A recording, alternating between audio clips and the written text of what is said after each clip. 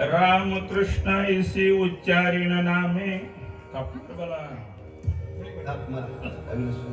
अरे राम कृष्ण इसी उच्चारिण नामे राम कृष्ण इसी उच्चारिण नामे नाचेन मी प्रेमे संता पुढे काय घडेल ते घडो या शेवटी काय घडेल ते घडो या शेवटी लाभ आणि तुटी देवदाने चिंता मोह आशा ठेवीन निराली चिंता मोह आशा ठेवीन निराली देईन हा बली पायी जीव काय घडेल ते घडो या शेवटी लाभ आणि तुटी देवदाने तुका म्हणे काही उरोने दिवरी तुका म्हणे काही उरोने दिवरी सांडी नाही हे थोरी ओवालोनी काय घडेल ते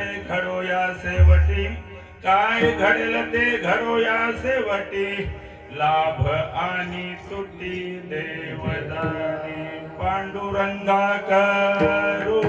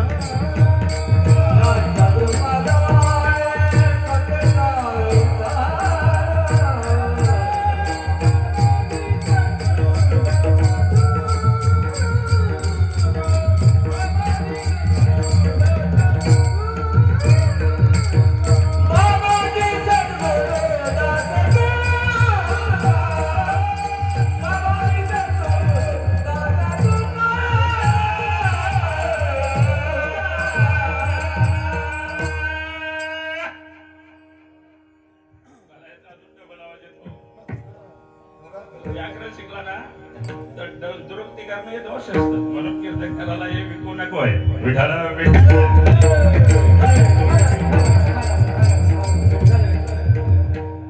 हरी पांडुरंगा करू प्रथम नमन दुसरे चरण संतांची त्यांच्या कृपादाने कथेचा विस्तार बाबाजी सद्गुरु दास तुका काय माझी वाणी मानेल संतांचे रंजवू चित्तासी आपुलिया ओम नमो ज्ञानेश्वरा करुणा करा दयाला तुमचा अनुग्रह लादलो पावन धातो चराचरी मस्तक माझा पायावरी यावार करी संतांच्या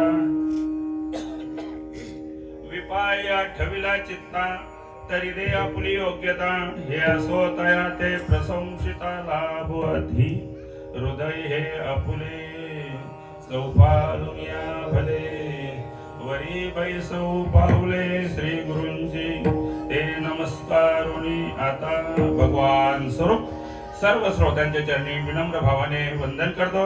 आपल्या पुढ्यात कीर्तन सेवेकरता गायलेला अभंग जगद्गुरु तुकोबार यांचा आहे. या अभंगातून जगद्गुरु तुकोबार आहे संतांवर पूर्ण विश्वास ठेवून त्यांनी दिलेली साधना त्या साधनेवर पूर्ण विश्वास ठेवून जीवन निश्चिंत करणं म्हणजे गायलेल्या अभंगांची पद आहेत.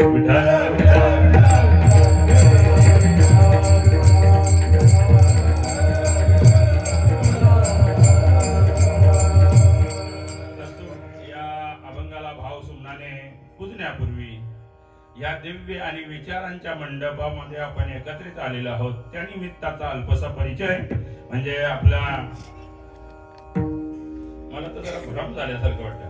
पिंपलास, पिंपलगाव, पिंपलनेर, अजून पण आहे विठाला. नेमकं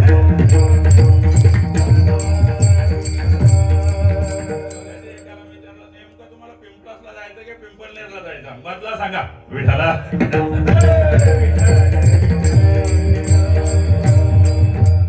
हे पिंपलगाव हनुमंताचं हे मंदिर आहे. म्हणजे भक्तीचा स्रोत ज्या ठिकाणी होतो तो हनुमंत, आणि त्या हनुमंताच्या दिव्य प्रांगणामध्ये आपण हा विचारांचा उत्सव इथे साजरा केलेला आहे. इथे कुठली थाप मारायची नसते बरं का, इथे विचार द्यायचे असतात आणि विचार देताना घरून अभ्यास करून यायचं असतं. विठाला हनुमंताच्या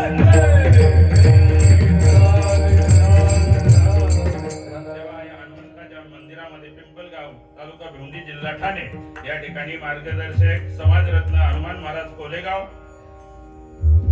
मनोहर कडू कपडेपाडा आणि बालाराम महाराज आपल्या समोर बसलेले सरवले यांच्या मार्गदर्शनाने आणि आशीर्वादाने स्वामी चिदानंद सरस्वती आपले चिंतामणी महाराज सोप्या बसेल त्या दिवशी होते माझ्या कीर्तनाला, तेव्हा त्यांच्या ह्या आशीर्वादाने या ठिकाणी चालत असलेला आजचा हा 10वा वर्ष आहे बरं का. 10 वर्षाची सुरुवात आज होतं आणि उद्या सांगता होणार आहे. तुम्हाला जास्त टेन्शन नाही. आज टेन्शन आहे फक्त एवढंच, नेमका 30 आला म्हणजे आमच्या आखरीत एकादशी त्याच दिवशी ठेवली तुम्ही विठाला.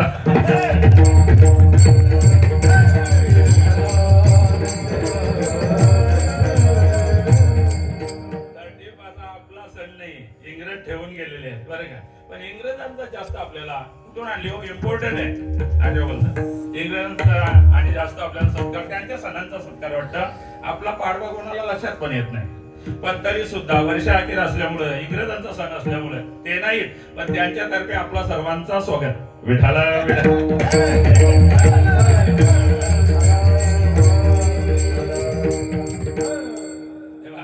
या ठिकाणी नेमका योगायोगाचा आमच्या गावात आता सांगणार आहे नंतर.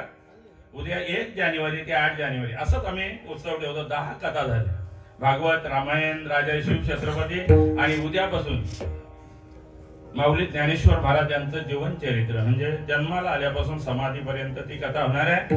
आणि 30 नको पोरं उगाच कुठेतरी पितात आणि गुंडलतात, म्हणून आमच्या गावामध्ये 8 वर्षापासून आम्ही वर्षा अखेर हा सण साजरा करतो. 4 ते 6 हरिपाठ असतं, फार नाचतात बाया, आणि नंतर 6 ते 8 कीर्तन असतं. पण मला इकडे यायचं होतं, गपचूप त्या कीर्तनकाराच्या कानात सांगितलं 7:30च्या पुढे अजिबात जायचं नाही, आणि 7:30ला जय विठ्ठल गेला तसेच गाडी मारली आणि इकडे विठाला.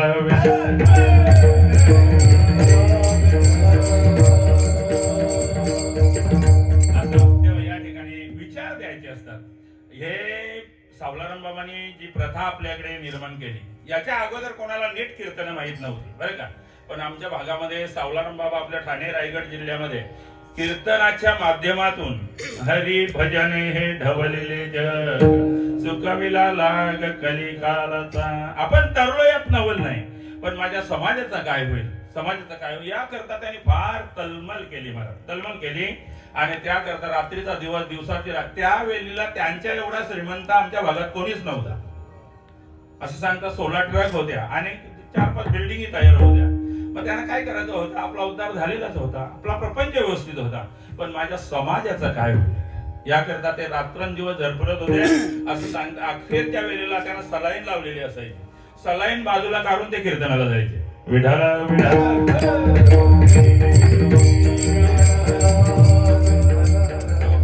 डोकं माहिती आहे तुम्हाला, नाही तर नुसते डोकेदार. श्रीमलन भागामध्ये एक गाव आहे, फार दुर्गम भाग, दुर्लक्षित आणि अशिक्षित गाव, पण त्या ठिकाणी आज हायस्कूल तयार केला. त्यांचा म्हणणं असा होता, मुली पण शिकल्या पाहिजेत आणि मुलं पण शिकली पाहिजेत. नुसती मुलं शिकून चालणार नाही, मुली शिकल्याशिवाय आपली संस्कृती टिकणार नाही, म्हणून मुली शिकल्या पाहिजेत बरं का.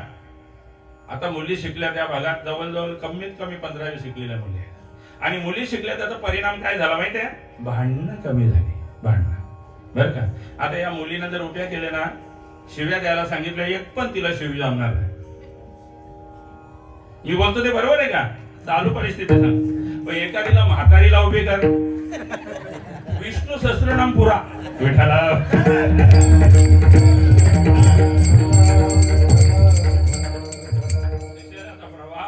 त्याच्यामुळे आमच्या भागात, आपल्या भागात डॉक्टर, वकील, इंजिनियर सगळे झाले, गायक, वादक ही सगळी कीर्तनकार झाले, गायक झाले, वादक झाले. सावलाराम बाबांना विसरू नका.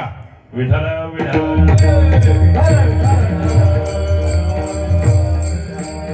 हा हनुमंताचा दिव्य मंडप आहे. तुम्हाला सांगू, जीवनामध्ये ज्याला यशस्वी व्हायचं आहे त्याने हनुमंताला सोडू नका.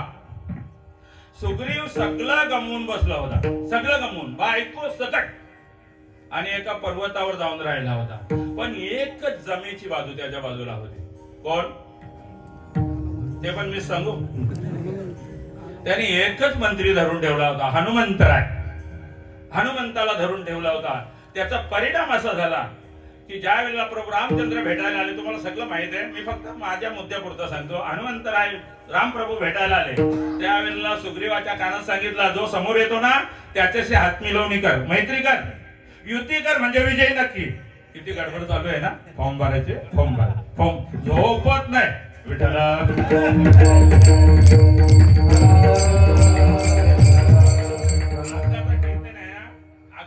गेले 5 मिनिटं झाले ना की लगेच सांगते बुवानी जाम वाढवला हो. आणि तिथे 4 ते 5 वाजेपर्यंत लागले हो, 5 वाजे. पण तो दिवस त्यांना छोटा वाटला. विठ्ठला हनुमंत ही यशाची देवता आहे. ज्याने हनुमंताची कास धरली तो कधीच पराजित होत नाही.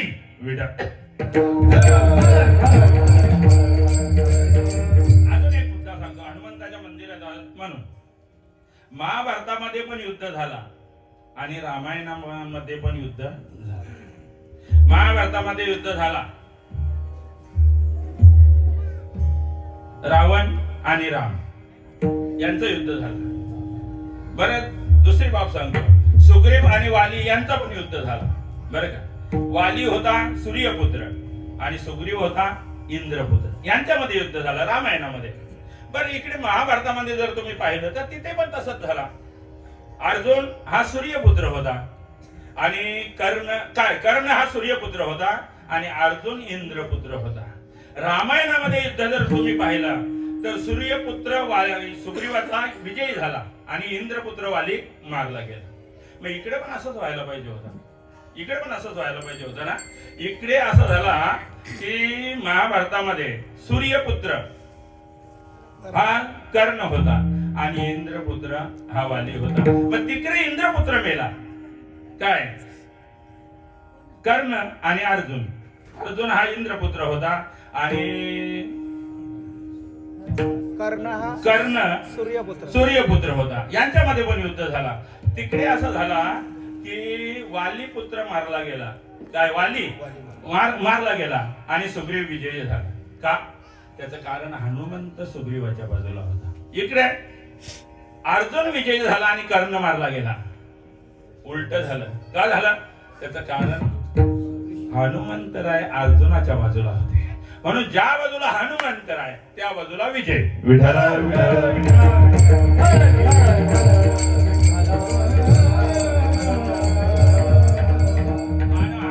भक्ती दाखवणारे काय भक्तीच्या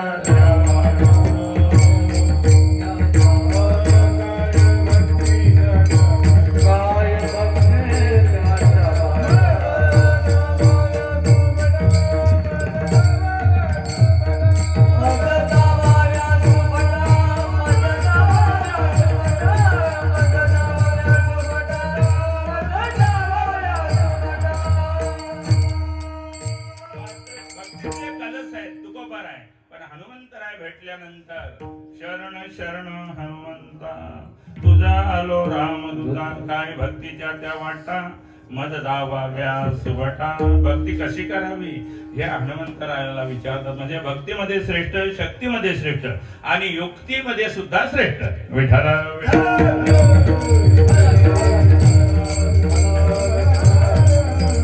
अशा हनुमंताचा हा दिव्य उत्सव हनुमंताच्या प्रांगणामध्ये विचारांच्या मंडपामध्ये आपण एकत्र आलेलो आहोत. आणि इथं विचार प्रसारित करायचे असतात. विचार मगाशी म्हणून गेलो मी, काही कीर्तनकार कसे काय थापा मारतात ते काय. इथे आलो ना की अभंग आठवला. अरे इथे आलो ना अभंग आठवला तर बोलशील काय. मामासाहेब दांडेकरांच्या चरित्रामध्ये असं आहे, ऐका बरं का सर्वांनी. तो कीर्तनकार असो, प्रवचनकार असो किंवा एखादा व्याख्यान करणारा असो, पण त्याने जाताना तो 5 मिनिटाचा व्याख्यान असो, 10 मिनिटाचा असो, 15 मिनिटाचा, अर्ध्या तासाचा, 1 तासाचा, किंवा प्रवचन असो 1 तासाचा, कीर्तन असो 2 तासाचा, पण घरून निघताना तुम्ही अभ्यास करूनच गेले पाहिजे. विठ्ठल विठ्ठल.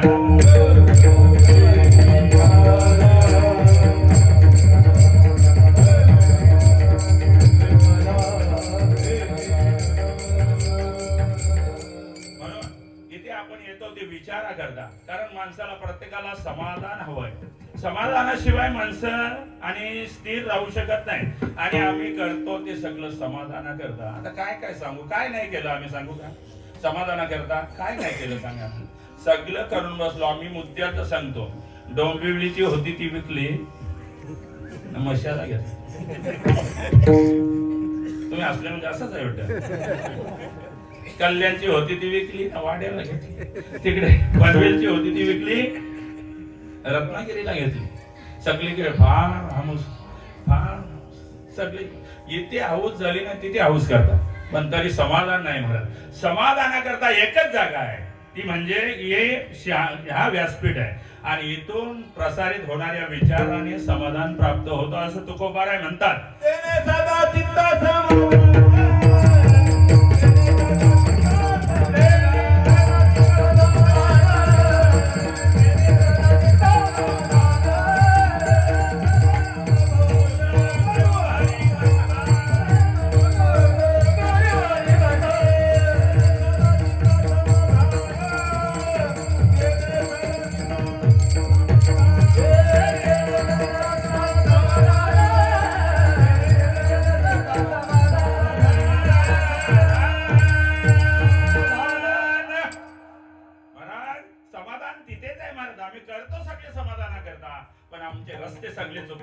समाधाना करता एकच जागा आहे.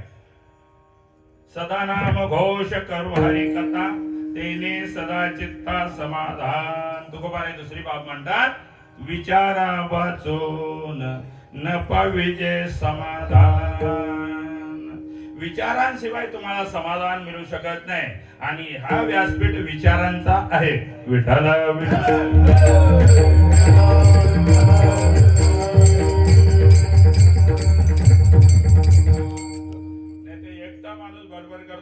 बसलेले आहेत काय पिढे आहेत का ते पण आपल्यापेक्षा शहाणे आहेत, पण इथे विचार ऐकण्याकरता येतात. असतो आलेल्या सर्व भाविकांचा मनपूर्वक आभार मानतो आणि आपल्या प्रतिपद्य विषयाकडे वळतो. सेवेकरता गायलेला अभंग जगद्गुरु तुकोबाराय यांचा आहे. या अभंगातून जगद्गुरु तुकोबाराय आम्ही निश्चिंत झालो, कुठलीच चिंता जीवनामध्ये राहिली नाही. संत भेटले, त्या संतांवर विश्वास, संतांनी दिलेली साधना, त्या साधनेवर पूर्ण विश्वास ठेवला आणि आम्ही निश्चिंत झालो. जीवनामध्ये कुठलीच चिंता राहिली नाही. मी या अभंगाची पूर्वपीठिका म्हणतो, लक्षात ठेवा. प्रत्येक अभंगाला पूर्वपीठिका असतो. आणि आमचे सावलाराम बाबा महाराज माझ्यावर फार उपकार आहे. स्वप्नात येऊन सांगितलं, अनंता अभंग तुम्ही कुठला पण घेऊ शकता, हे सगळे संतांचे अभंग आहे, पण त्या अभंगाची भूमिका आपल्याला मांडता आली पाहिजे. अभंग कुठल्या भूमिकेतून आहे, तो भूमिका मांडता आली पाहिजे. ओवी पाठ करताना ते असे बोलले, ओवी पाठ करताना अख्खी ओवी नाही घ्यायची. 3.5 मात्रामध्ये आहेत ना, अर्धा तुकडा 2 तुकडे अगोदर पाठ करायचे आणि 1.5 तुकडा नंतर, मग पक्का होतं. विठाला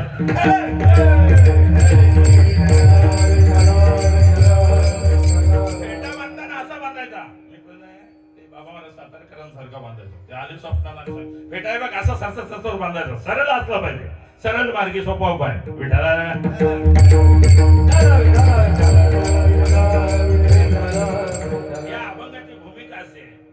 निश्चिंत झालो. जीवनामध्ये आता कुठलीच चिंता नाही, कुठलीच चिंता नाही. माझा प्रश्न असा आहे, चिंता नाही असा माणूस तुम्हाला सापडणार नाही. बसल्या सकट, उभे राहिलेल्यांच्या सकट आणि सांगणाऱ्यांच्या सकट, बरं का. चिंता नाही असा माणूस नाही. मला प्रत्येकाला काही ना, आता ही माणसं आल्यात ना, काहीतरी चिंता घेऊनच आलेले. मी पण चिंता घेऊनच आलो.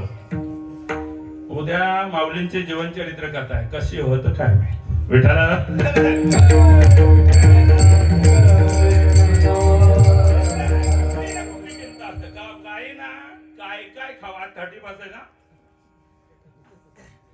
काय खावं याची चिंता असेल, काय बरोबर आहे ना मी बोलतो ते, येतं ना लक्षात.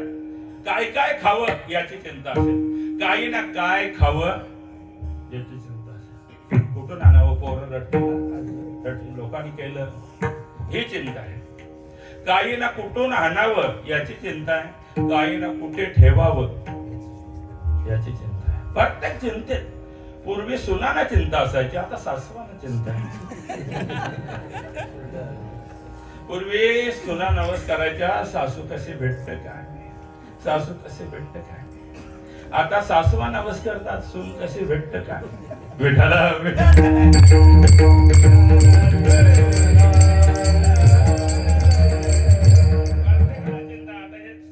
शेतकरी बसलेले, शेतकऱ्याला केवढी चिंता आहे सांगा, किती चिंता आहे शेतकऱ्याच्या जीवनामध्ये. भारत हा कृषी प्रधान देश आहे, एवढं लक्षात ठेवा. शेतीशिवाय कुठला त्यांना उत्पन्न नव्हता बरं का. आता टेक्नॉलॉजी फार पुढे आहे, पण भारत हा कृषी प्रधान. पूर्वीपासून चिंता. राब होत, राब समजतं का पोरीनं, समजतं राब होत की नाही काय, बरं पेरणीला भात राहते की नाही काय, बरं पेरणी होतं की नाही काय, पाऊस पडतो की नाही काय, पाऊस पडला तर राब निघतं की नाही काय, राब निघला तर लावणी होतं की नाही काय, माणसं भेटत नाही. बरं नांगर चिकन होतं की नाही, ते लावणी झाली की मधला एक टप्पा असतं, बेलणी होतं की नाही, बेलणी समजतं, बेलणी होतं की नाही. बरं बेलणी झाली, साधला व्यवस्थित झाला, कापणी झाली, उद्या बांधायचं आहे होतं, उद्या बांधायचं, रात्री पाऊस पडतो, एवढा पडतो ना, विठाला विठाला.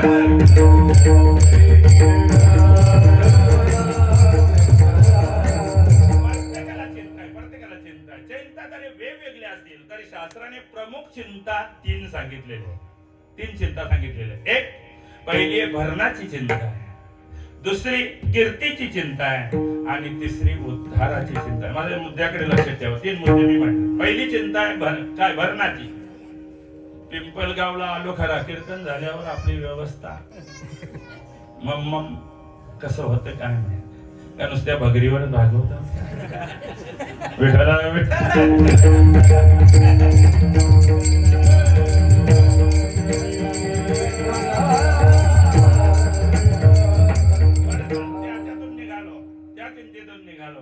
दुसरा मुद्दा लगेच येतो, कीर्तीची चिंता. श्रीफल भेटतं की नाही काय माहिती, शाल भेटतं की नाही.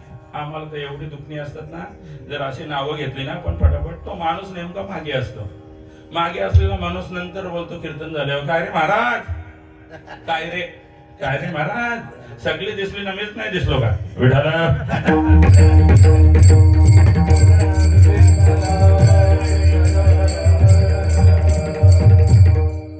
आणि तिसरी चिंता आहे शेवटची, हे सगळं करतो याच्यातून माझा शेवट काय होणार आहे, शेवट काय. हे तुम्हा आम्हाला चिंता अशी नाही. ही शास्त्राने मुख्य तीन चिंता सांगितल्यात बरं का, एक भरणाची, दुसरी कीर्तीची आणि तिसरी उद्धाराची. बरं या चिंता आपल्याला जायचं असं नाही, भक्तांना सुद्धा होत्या, भक्तांना सुद्धा होत्या. काय खावे आता, कोणीकडे जावे, गावात राहावे कैशापरी, हे तुकोबारांना सुद्धा होती चिंता बरं का. काय खावं, कुठे राहावं, एवढी चिंता होती. कोपला पाटील गावीचे लोक, आता मज भीक कोण घाली. खाण्याची चिंता होती, त्यांनाही होती. दुसरी कीर्तीची चिंता, कीर्तीची चिंता त्यांना पण होती. तुका झाला सांडा, निंदिता ती पोरे रांडा. आपल्याला निंदा हवी असं वाटतं का, आपली स्तुती व्हावी असंच वाटतं का, म्हणजे कीर्तीची चिंता त्यांनाही होती.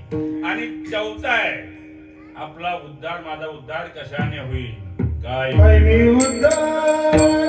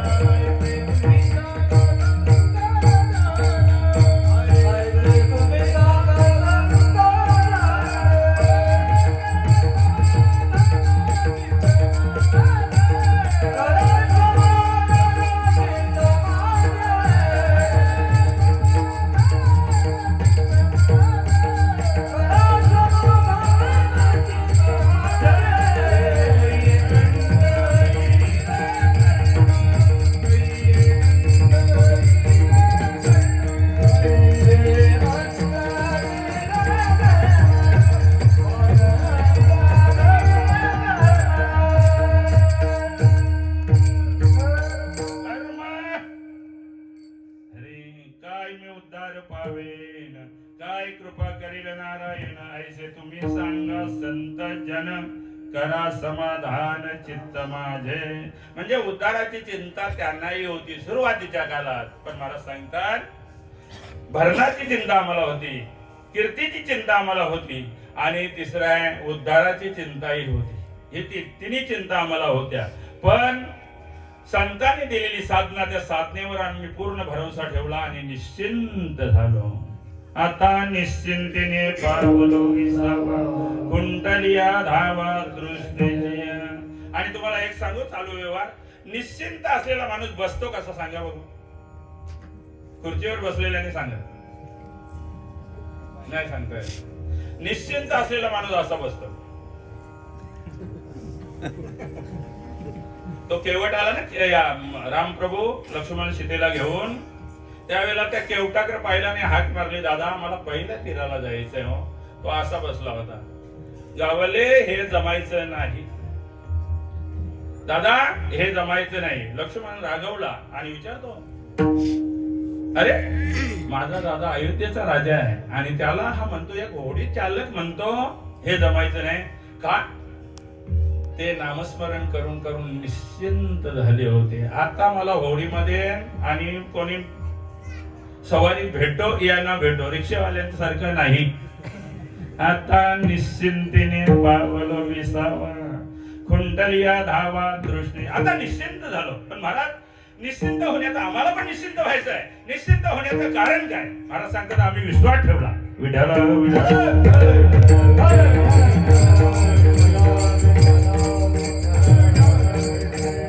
निश्चिंत व्हायचं असेल त्याला विश्वास ठेवावा लागतो. इकडनं कार्यकर्ते फोन करतात ना, महाराज कुठपर्यंत आले? वाचतो कल्याणला, पण सांगतो कमानी जवळ आलो. कमानी जवळ आलो की कार्यकर्ते निश्चिंत होतात. आता महाराज कसे तरी आले ना, म्हणजे कीर्तन होईल. कधी? ज्या वेळेला फोन आला त्या फोनवर विश्वास ठेवला तेव्हा. म्हणून जर तुम्ही निश्चिंत व्हायचं असेल जीवनामध्ये तर तुम्हाला कुठेतरी विश्वास ठेवावा लागेल. पण महाराज आमचा तुम्हाला प्रश्न आहे, असं शास्त्रकारांनी सांगितलं की काही ठिकाणी विश्वास ठेवू नये. नदीनांच्या नखिनांच्या शृंगिनांच्या सहस्र पाणीना. शास्त्रकारांनी असं सांगितलं आहे की नदीवर तुम्ही विश्वास ठेवू नका, गावची असली तरी. घालीन लोटांगण वंदीन चरण, कुठे नेईल पत्ता लागणार नाही. 26 जुलै 2005 लक्षात ठेवा. या गावात पाणी आला होता का? विठाला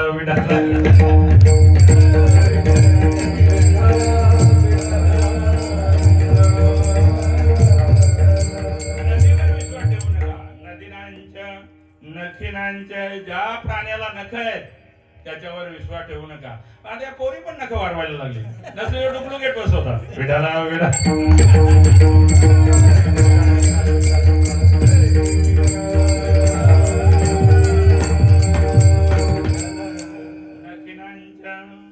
ज्या प्राण्याला शिंग आहेत त्या प्राण्यावर विश्वास ठेवू नका, जरी दूध पाजत असले तरी. बैलांना पाजताना दूध घरच्या पोरांना दूध देत नाही, पण बैलांना पाजतात. खार कापाता मग घालतात. घाला तुमचे आता पैसा खिसा गरम आहे ना, पण त्याच्यावर विश्वास ठेवू नका. कधी शिंग मारेल. मागच्या वर्षीची घटना आता पुण्यतिथी झाली. ते वालिवली गाव आहे ना, वालिवली. 6 वाजता बैलाला पोहायला घेऊन गेला होता तो. 6 वाजता. पण तो बैल का बिघडला काय माहित. 9 वाजेपर्यंत त्या मालकाला एकटाच मारत होता आणि मालक पण एकटाच होता. शेवटी पूर्ण मेला तेव्हा सोडला. आताची घटना अजून वर्ष पण झाला नाही. विठाल विठाल.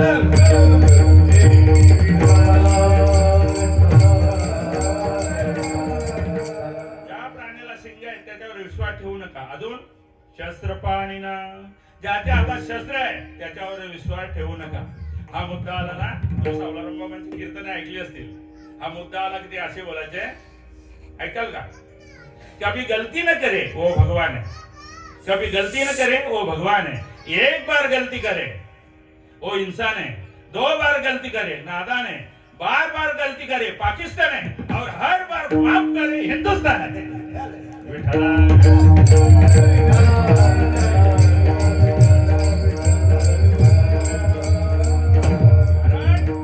या 4 गोष्टींवर विश्वास ठेवू नये आणि तुम्ही विश्वास ठेव, माझा मुद्दा लक्षात येतो ना, विश्वास ठेवून निश्चिंत झाले, पण नेमका विश्वास ठेवला कोणावर? महाराज सांगतात मी कोणावर विश्वास ठेवला सांगू? संतांची हे पायी